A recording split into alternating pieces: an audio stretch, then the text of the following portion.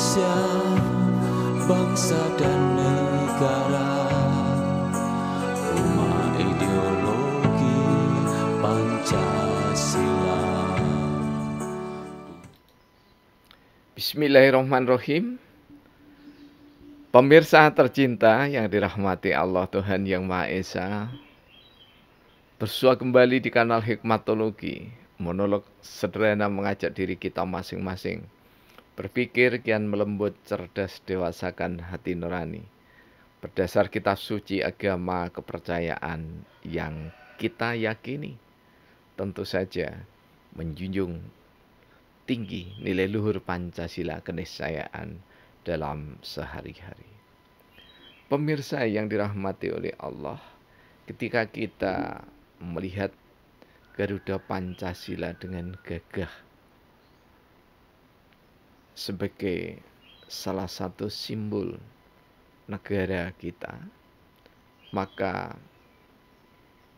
terbersit ingatan kita pada masa Orde Lama, Orde Baru, dan Orde Reformasi yang sekarang kita jalani.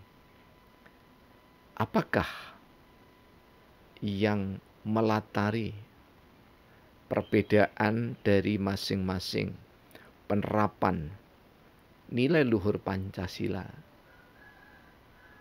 Padahal seluruh pemimpin di negeri ini tidak satupun yang tidak berdasar Pancasila ketika berbangsa dan bernegara, ketika memimpin Republik Indonesia tercinta sampai dengan Negara Kesatuan Republik Indonesia.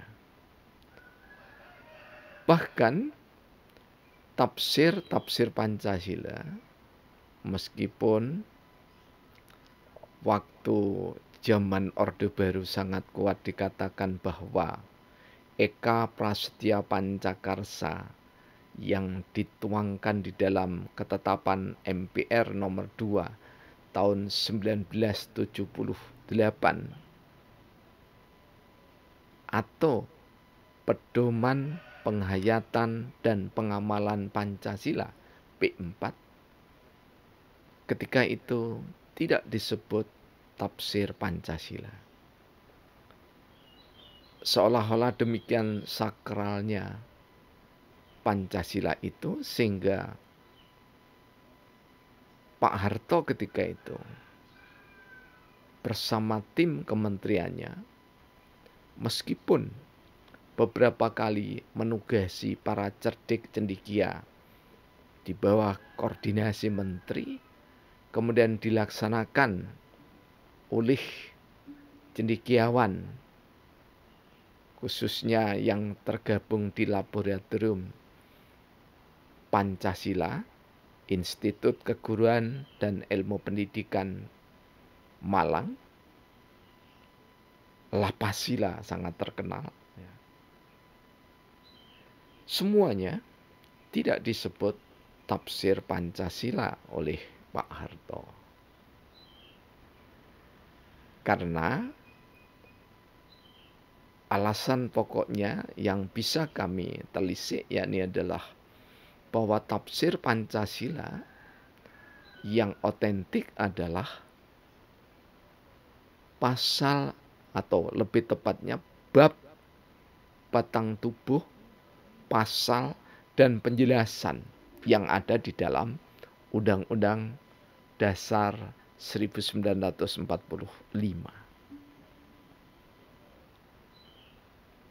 Terlepas apakah P4 merupakan tafsir atau bukan, ya, kalau kami menganggap tetap tafsir, ya.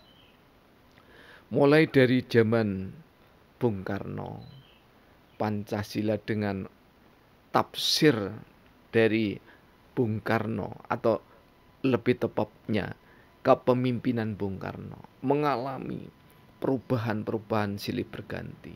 Mulai dari sistem kabinetnya sampai dengan bagaimana seorang Soekarno bersama menteri-menterinya menerapkan Pancasila.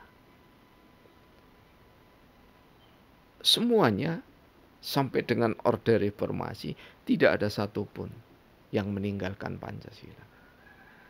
Tetapi mulai dari kepemimpinan Soekarno, kemudian digantikan Soeharto, Burhanuddin Yusuf Habibie, kemudian Kiai Haji Abdurrahman Wahid, kemudian Megawati Soekarno Putri, Susilo Bambang Yudhoyono, hingga Joko Widodo, tidak satu pun di antara pemimpin itu yang mengingkari Pancasila. Kami mengatakan bahwa semua pemimpin kita berupaya untuk menerapkan Pancasila. Di zaman Pak Harto terkenal dengan menerapkan Pancasila secara konsekuen, membangun manusia Indonesia seutuhnya. Kemudian di era kekinian ada Pancasila harga mati, NKRI harga mati, saya Pancasila, dan seterusnya.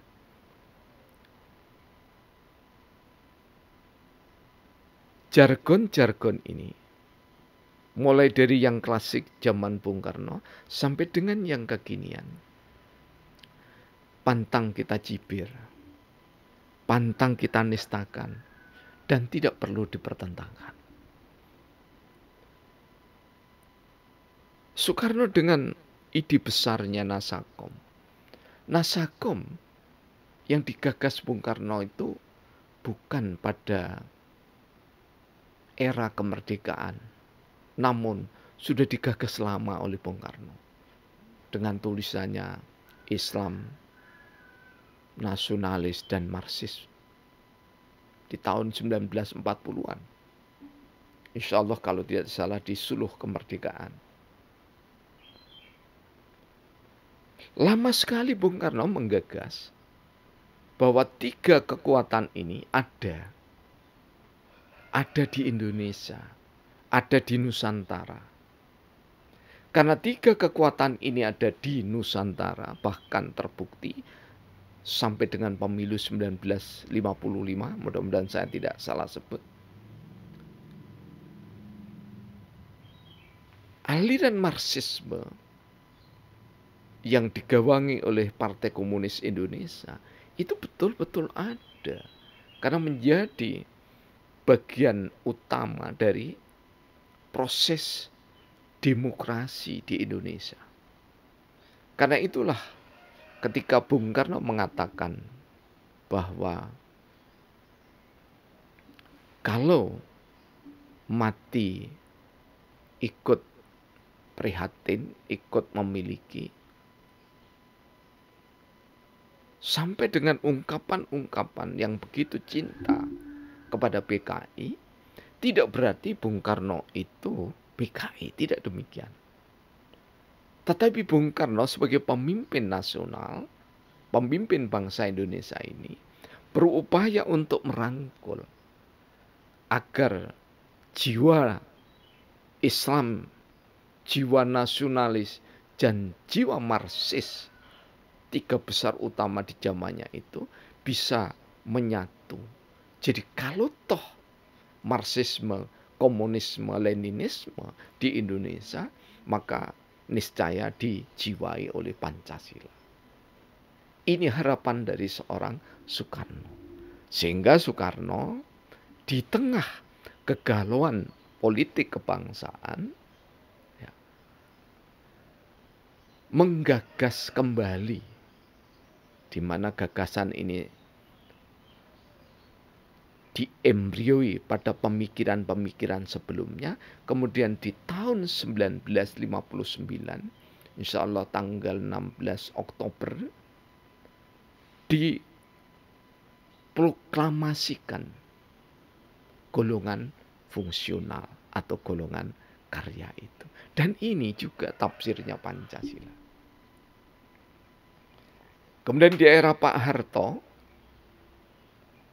gegap gempita Pancasila itu tidak sekedar menjadi bahan pokok indoktrinasi di zaman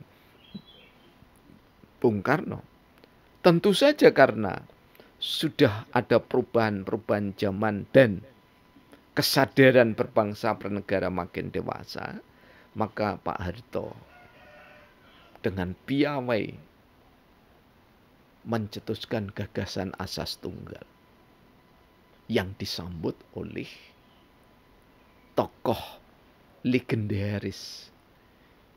Insya Allah, ya, mudah-mudahan saya tidak salah sebut. Ya, beliau adalah Syekhona Kiai Haji As'ad Samsul Arifin Situbondo, tokoh legendaris dari Nahdlatul Ulama.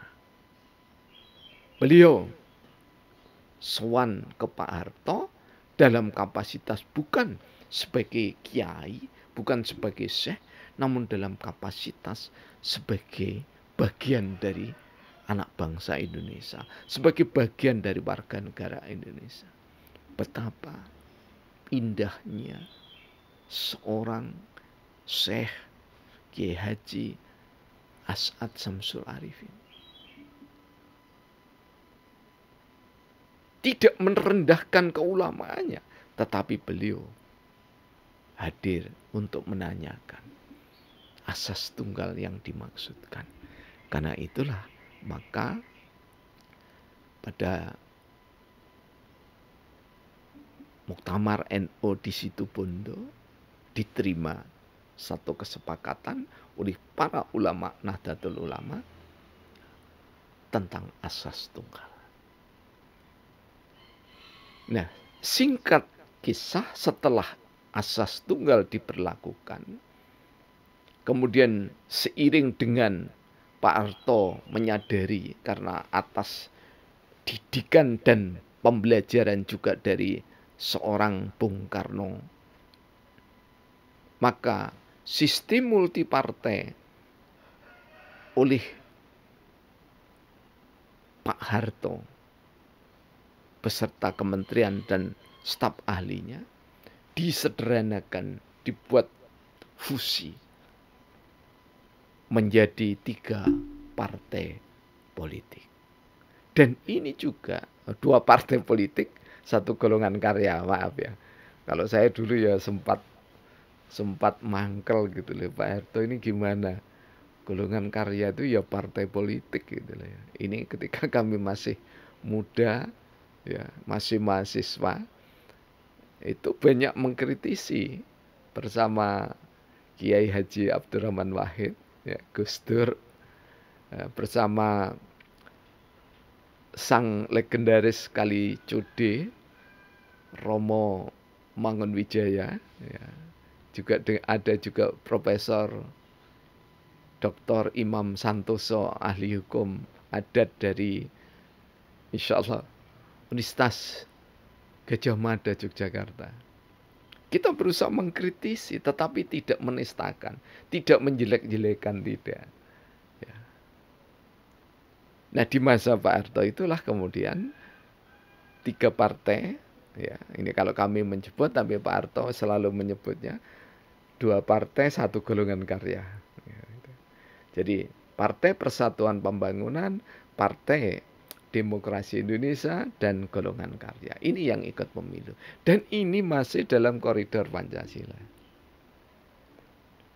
Kemudian Pak Harto berusaha dilengsarkan oleh mahasiswa, masyarakat, tokoh-tokoh bangsa, cendekiawan, intelektual, akademisi. Semua saeyek-saeko proyo menganggap bahwa Pak Harto itu penuh dengan NKK kalau saya menyebutnya. Karena kalau KKN itu di masa kami itu adalah pengabdian, ya. Pengabdian mahasiswa pada masyarakat, termasuk Tridharma Perguruan Tinggi, ya. Nah, NKK,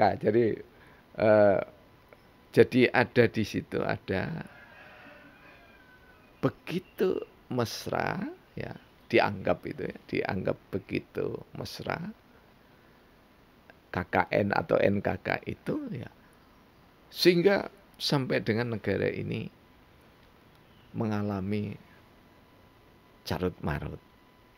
Dan disitulah kemudian akhirnya Pak Harto dijatuhkan.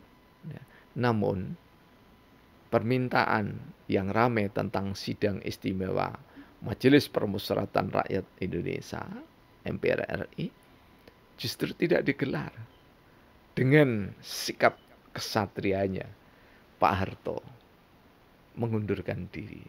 Dan di situ ada tokoh-tokoh, ya, antara lain tokoh yang paling muda itu yang kita kenal sekarang sudah eyang-eyang itu insya Allah ya. Cak Nun, MH Anu Najib, kemudian peserta juga ada ada Cak Nur, Nurkolis Majid, ya. Dan tokoh-tokoh Muhammadiyah NU dan yang lainnya, cendekiawan Muslim dan yang lainnya, tokoh-tokoh nasionalis religi yang ada di Indonesia semua memberikan pertimbangan dan Pak Harto bersikap satria, mundur dari kekuasaannya. Ini adalah merupakan tafsir dari Pancasila versi Pak Harto. Kemudian di era reformasi kita justru gegap gempita, 3 partai tidak cukup.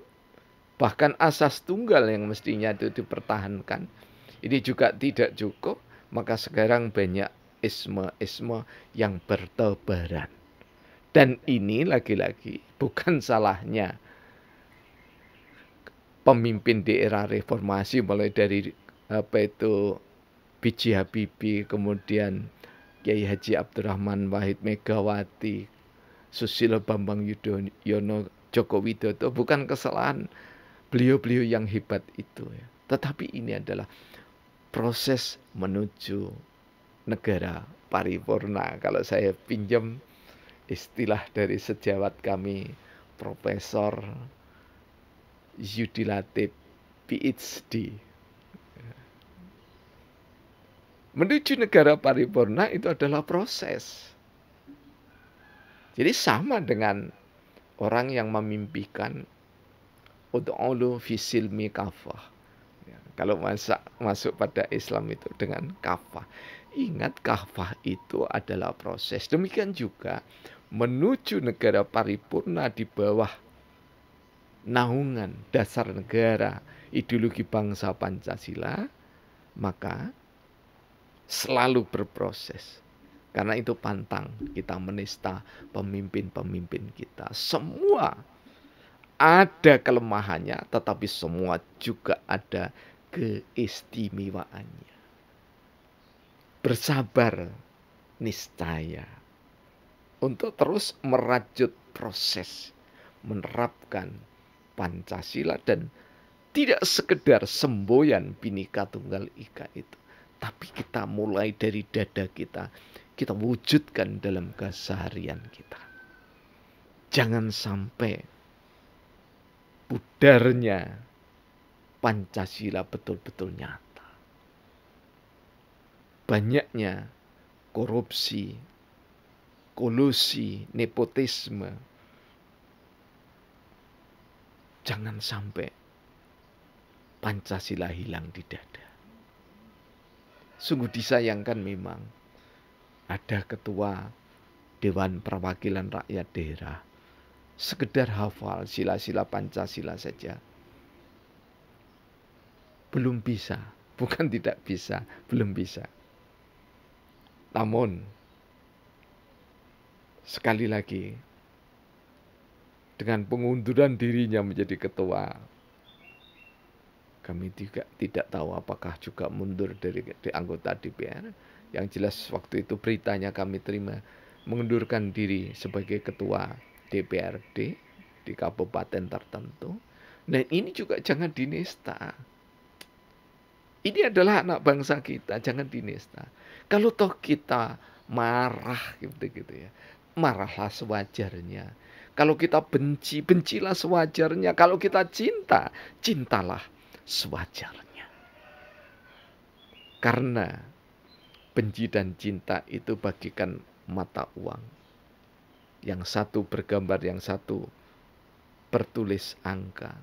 Semua saling melengkapi. Dan kita tidak pernah akan mendapatkan pemimpin yang paripurna, kemudian semua menjadi damai, semua menjadi sejahtera, tidak ada kemiskinan, tidak ada kesenjangan sosial, mustahil.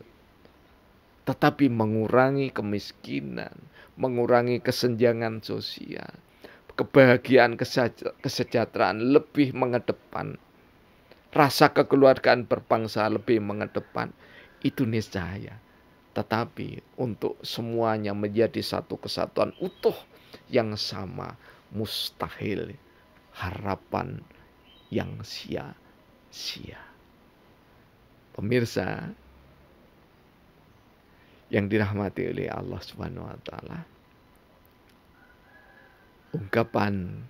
ungkapan yang kami sampaikan tentu saja tidak semuanya benar, karena saya yakin bahwa pantang setiap diri anak bangsa ini merasa paling benar, pantang merasa tidak punya salah.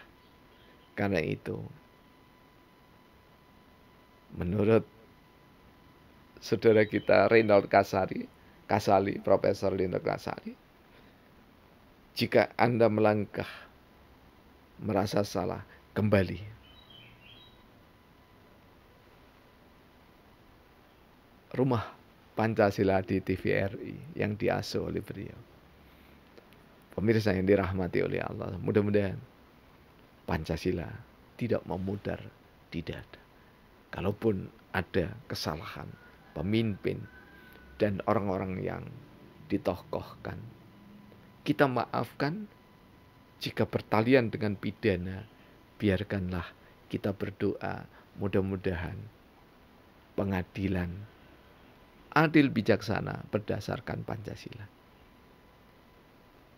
Tidak tumpul ke atas, tajam ke bawah, namun benar-benar keadilan ditegakkan di bumi Indonesia. Ratu Sima menjadi salah satu contohnya betapa agung meskipun seorang perempuan, ratu yang dikenang sepanjang masa. Jika kita bukan raja dan ratu, maka marilah kita menjadi orang yang setidaknya dikenang atas kebaikan kita oleh keluarga, minimal seperti itu. Syukur kalau bangsa dan negara ini sempat mencium karya-karya kita. Terima kasih. Kekurangannya pasti ada. Kelebihannya itu adalah hak dari Allah, Tuhan yang Maha Esa. Alhamdulillahirabbil alamin.